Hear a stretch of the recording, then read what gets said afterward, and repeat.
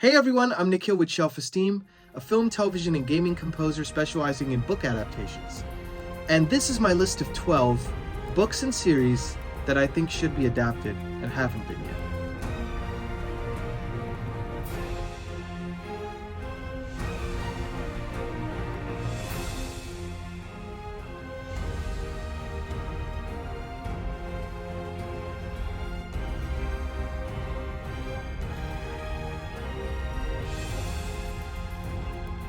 Everyone, welcome back to the channel. For those of you who are new here, I'm Nikhil with Shelf-Esteem. I'm a film, television, and gaming composer specializing in book adaptations. You might have heard some of my music in The Wheel of Time Season 2, the Amazon show, HBO show His Dark Material Season 3, and the Brent Weeks companion album to the series Lightbringer. So I wanted to talk to you about something I'm very passionate about, and one of the reasons why I read as many books as I do is I'm always fascinated by the way books get adapted for different media. Sometimes they do it well, sometimes they don't. But oftentimes when they capture the spirit of the books, or they're a fan of the books and they want to do the characters and kind of the themes and the world building justice, without trying to necessarily put their own spin on it, but at least capture the spirit of what those books are trying to convey, oftentimes those adaptations just tend to be more successful. So I wanted to kind of highlight 12 different series and standalones that I think could be ripe for adaptation. And I'm very surprised that they haven't been adapted yet. There's a couple on this list that have been adapted, but like 40 years ago. So I think it's overdue for an adaptation. And again, surprising that no one has really done that yet. So I wanted to talk about the first one on this list. Now, this is relatively new for me. I just started reading Ken Follett. And I absolutely loved The Fall of Giants, which is the first book of the Century trilogy, which is charting 5 different families across multiple generations through 100 years of world history. So it covers World War I, World War II, the Cold War, right? All the way up to the year 2000.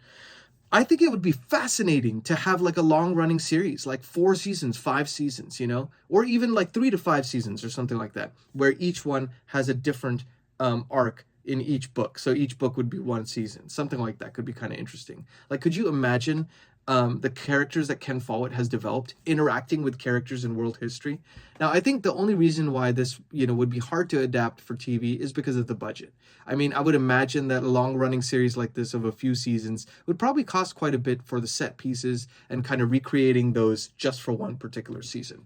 I think like that might be a very difficult sell. But at the same time, people have done fantasy adaptations, they've done sci-fi adaptations that are massive, in the hundreds of millions of dollars per season, right? And so I don't see why it wouldn't be possible to do that. And you could imagine this family evolve, like these people in the first book that had kids, you see them grow up in the second season, and they're, experiencing some of the events of World War II and the aftermath and the Cold War. It would just be such a fascinating kind of a historical drama. There's romance in there. And there is kind of drama, there's historical events as these characters are swept away in these different types of world events that happen. And you could see it from the ground floor, like different POVs. Could you imagine seeing, World War I from the German POV, from the English POV, from the American POV, and seeing it through the eyes of these different characters? I think that could be really fascinating, and I've never seen something like that done yet. And this series was wildly popular too, so it's not like something that couldn't be adapted. So here's hoping that at one point that it would be adapted. And I could imagine from the musical standpoint that there was some sort of a long-running, overarching theme, because so much of it is about, warmongering and how that could lead to, conflict in a place where conflict is not necessary. And, that has become kind of a long-running theme throughout world events over the last 100 years. So that could be a really interesting theme to explore musically and see how it proliferates these 5 families, having a theme for the different families. That could be really interesting. So I just want to talk a little bit about, why I think it would be worth adapting, and then a little bit of my musical kind of slant on it, as I'm a composer. So I'm always thinking about things from a musical point of view. But let me know what you think in the comments about that. If you've read it before, if you also think it would be ripe for adaptation, and let's start a discussion about that kind of stuff. So without further ado, let's keep moving on to the rest of this list. So number 2 is John Gwynn's Faithful and the Fallen quadrilogy, a set of 4 books that is kind of high fantasy and plays around with the idea of the chosen one. And what does prophecy actually mean? And what if you believe you're on the right side of history, but you're not? What an interesting concept. He really kind of takes the idea of prophecy and turns it on its head a lot of times. And, It is a big budget fantasy series, but not bigger budget than The Wheel of Time. Certainly not bigger budget than Rings of Power. And I think John Gwynne has gone from becoming, a rising star in the fantasy circles to now becoming a mainstay in fantasy. Like, so many people know John Gwynne's work. And I think, it's that point where it would be ripe for kind of a fantasy adaptation. And I could imagine, again, where it's like, maybe the first two books could be one season, the third book could be another season, the fourth book could be a final season. And it is one continuous story. So I could see it as a limited series or maybe a trilogy or something like that.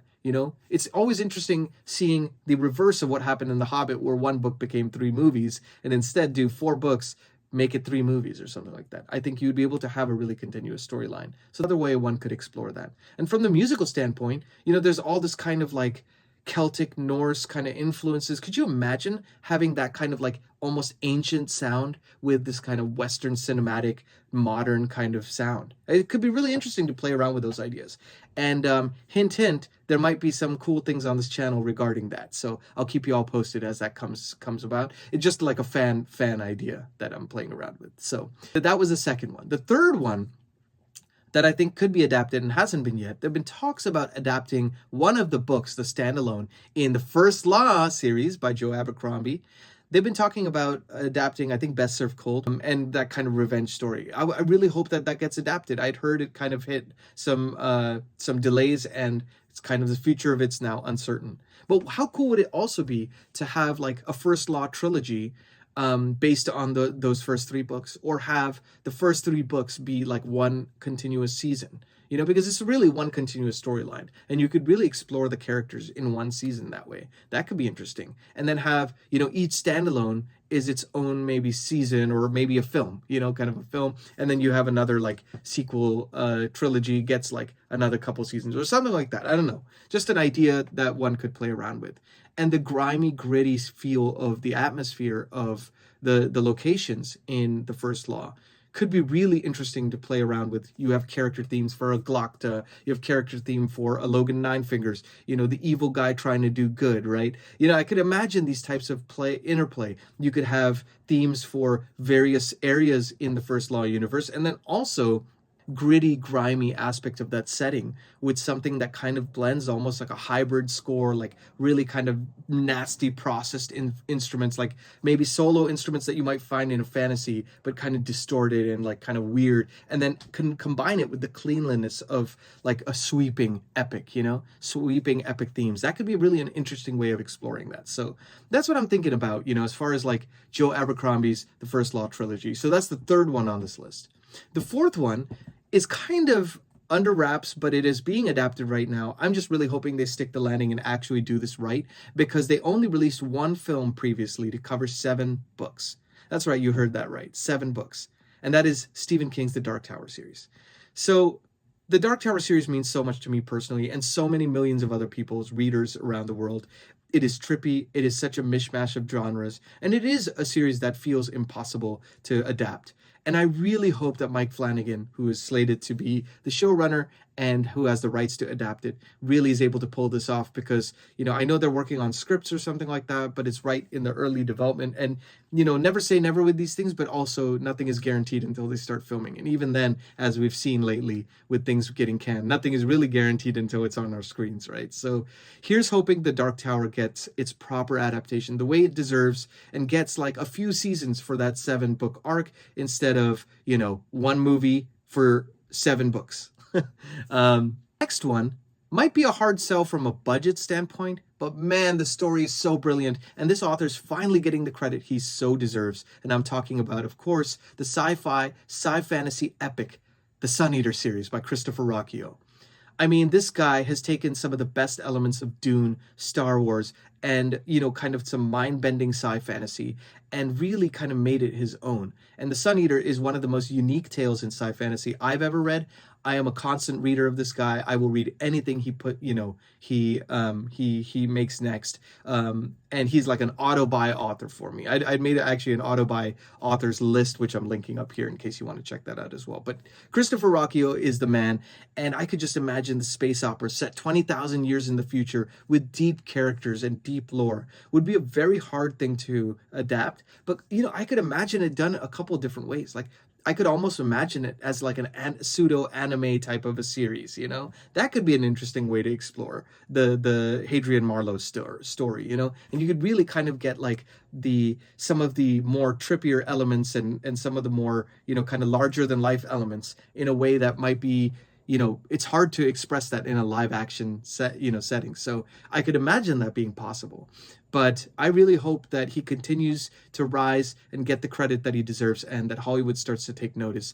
And I have so many ideas on how one could musically tackle something like that. I was actually working on a couple of tracks that I'm going to probably kind of put up here for you all to check out. That's kind of my homage to the series. That's how passionate I am about it. But really, it's like you think about these different, like the Cielson, the alien, that series, and like having weird sounds that nobody's ever heard before, hearing certain sounds that are almost reminiscent of Western music, but if they were distorted through time, 20,000 years into the future, you know, and things start to take on a different shape. The interpretation of these classic works are changed. You know, I could imagine that from a musical standpoint. How cool would that be, you know, to see the evolution of language and the evolution of music in that way? That could be an interesting thing to play with. So that's the next one on my list of things that must be adapted. The next one is another Stephen King work. And this one was adapted, I think, in 1983. And I don't really care for that adaptation personally. I don't feel like it did it justice. The book was fantastic. It's a standalone. It's prescient of the times. The idea of like, what if somebody going into politics isn't playing according to other people's rules and you have a chance to stop them? Would you take it? You know, that's an interesting premise. And, you know, as the world events of today dictate, you know, it was very kind of prescient of the times. But I'm talking about Stephen King's The Dead Zone. Fantastic novel. And it is contained. It's a contained story. You could do it in a film, and you could do it right. And I feel like that there's so many other ways to adapt it with actors that like so many other ways to adapt it and make it a fast-moving, propulsive story. So I would love to see that. You know, that could be really cool. Even as a limited series, I could honestly imagine that. Dead Zone is number 6 on my list here. So number 7 is a Brandon Sanderson work. And I had heard kind of whisperings about this property being developed. And I know that Brandon Sanderson is kind of trying to wait and do it right and make sure that the adaptation is done, you know, with the spirit by which the author intended, which I really respect. And I think more authors should be able to do that if they're able to. You see Blake Crouch doing this with his Dark Matter series. And, you know, he had much more creative control over it. I think he wrote the scripts for it. I think he was a showrunner. So, you know, people like that, you know, being able to have that agency so authors like that, being able to have that agency and make sure the story's done the right way. I'm talking about none other than Mistborn. So Mistborn is a trilogy, and I could imagine the first trilogy being a limited series, the second era being another limited series or something like that. That could be an interesting kind of way to play it. Or Mistborn being a trilogy of movies.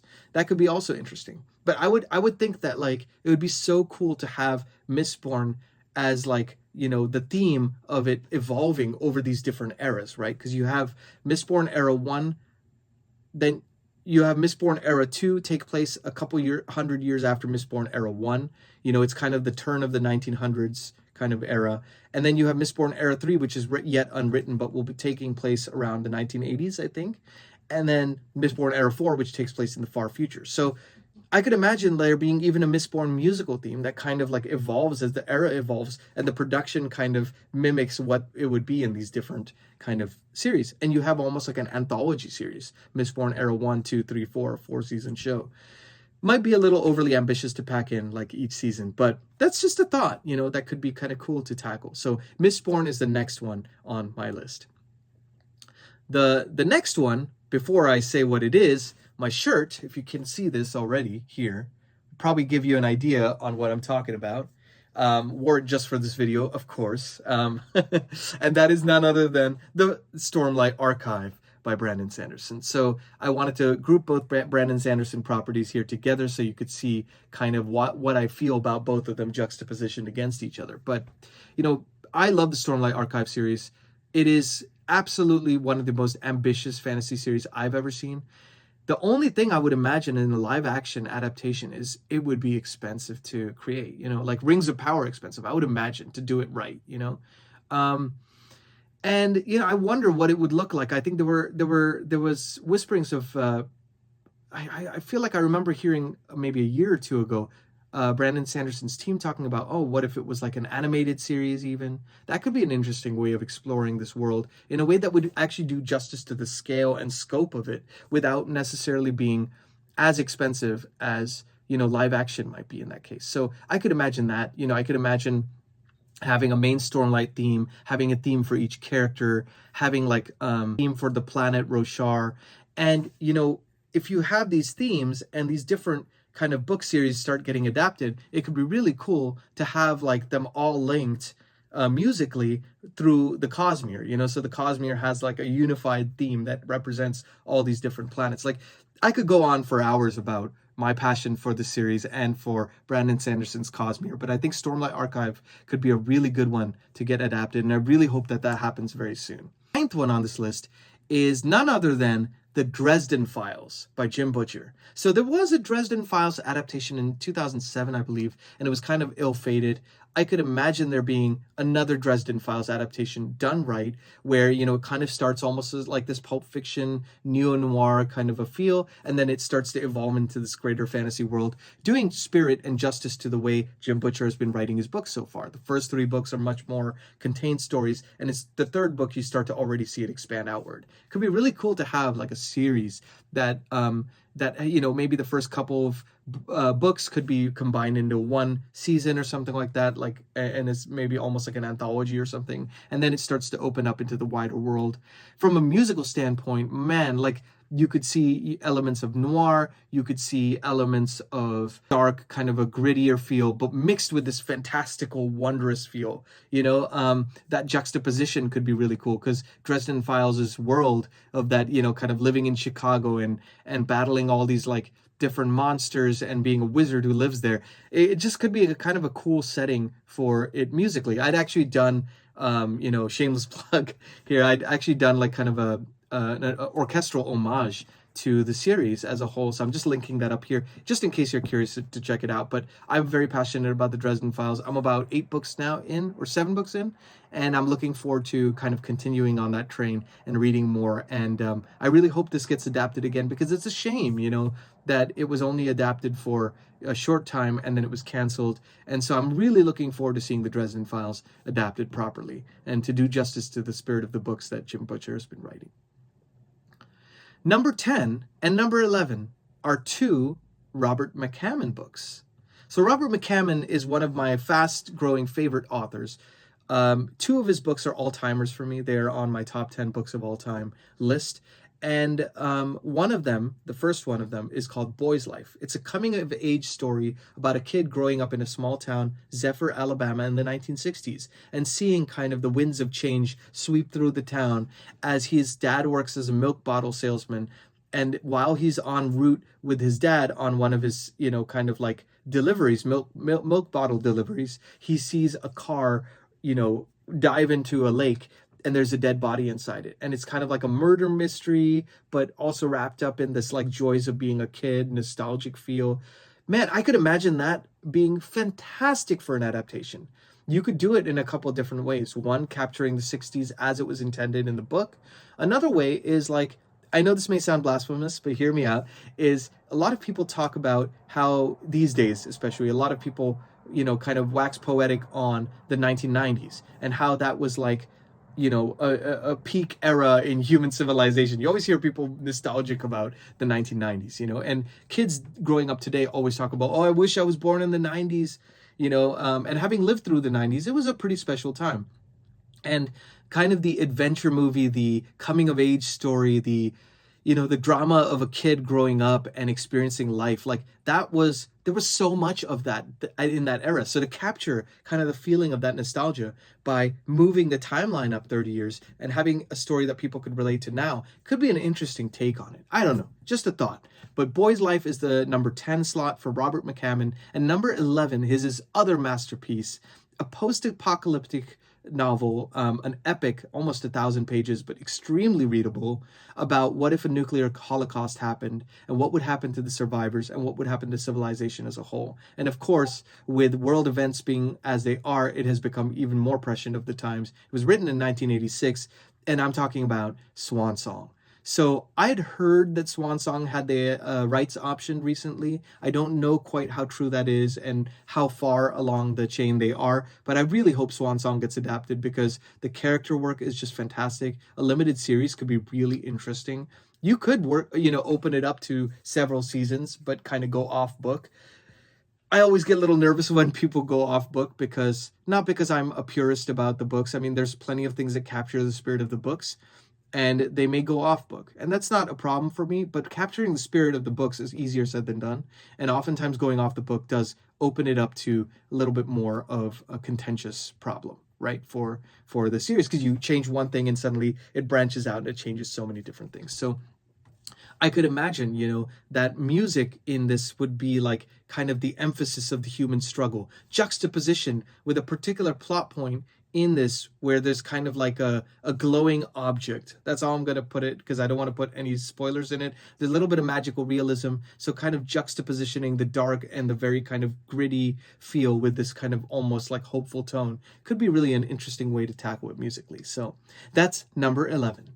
And the final book is a Blake Crouch book. So Blake Crouch has had Dark Matter adapted now, had Wayward Pines, the trilogy, adapted, and I really wish they would redo that one because I think they didn't really do justice to the spirit of those books. But I'm not talking about that one right now. I'm talking about one that hasn't been adapted yet and absolutely should be, and that is his newest novel, Upgrade, which came out a couple years ago. And I'm leaving the links of all these, by the way, in the description. So if you want to get to know them more and kind of hear more, read about like a blurb about them and then kind of get my thoughts on them.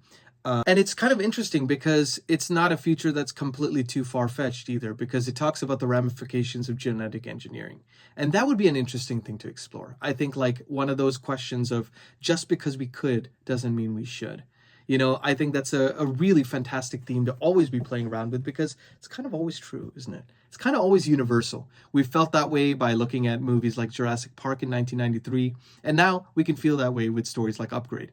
And a lot of people say that Blake Crouch is a successor to Michael Crichton, so it would be very cool to see more of his works adapted, especially with the success of the Apple TV show Dark Matter. So Upgrade is the 12th and final book on this list that I feel like really could benefit from an adaptation.